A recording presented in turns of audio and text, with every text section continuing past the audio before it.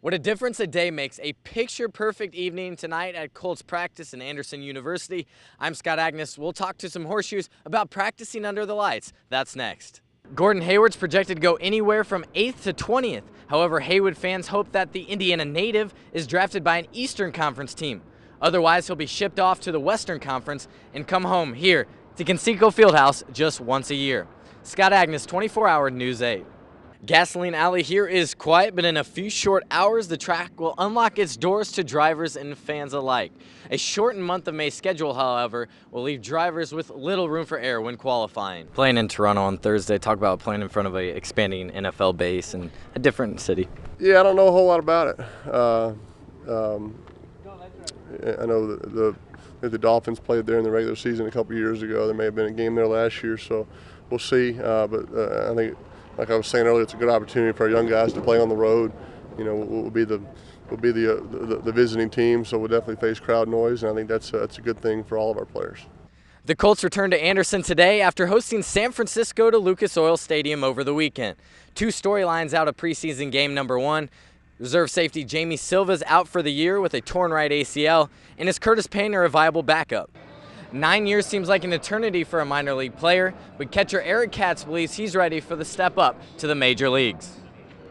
Now, the big controversy this May has been a shortened schedule by 2 weeks. How does that affect the driver's mindset? I don't know whether the drivers at the front of the field will be affected that much. The heat is on today at Anderson University, the hottest day of the year, but that's not keeping Colts from continuing training camp. However, tonight, a special treat. Over here at Anderson, the main field, they will be having one of 3 night practices, usually the biggest crowd. We may see up to 6,000 fans this evening. Final night practice here at Anderson. Good to wrap things up and had a good experience here.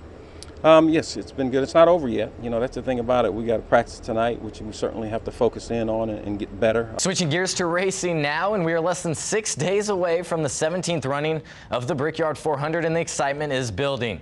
NASCAR drivers and their teams are looking forward to the racing at the world's greatest race course. It's a game of musical chairs. Yesterday, Colts center Jeff Saturday had orthoscopic knee surgery, so the offensive line will take on a personality of its own in his absence. With the Colts in Anderson, Scott Agness, 24-Hour News 8. Got the MotoGP coming up. How excited do you get back on the track here? Yeah, very excited. I love Indianapolis. It's a great track. Everybody in our series likes it. A change in scenery tonight at Conseco Fieldhouse for tonight's NBA draft. Lots of speculation what the Pacers will do with their number 10 pick. We'll talk about it coming up. The Colts have just wrapped up the first week of training camp here at Anderson University. The rookies trying to familiarize themselves with the Colts' style of play.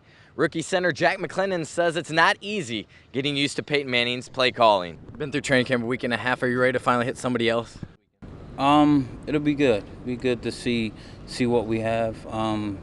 Just to get the pads back on and do a little bit of hitting is always good. Lights on at Anderson University as the Colts are getting some much needed practice in for the first time in a few days.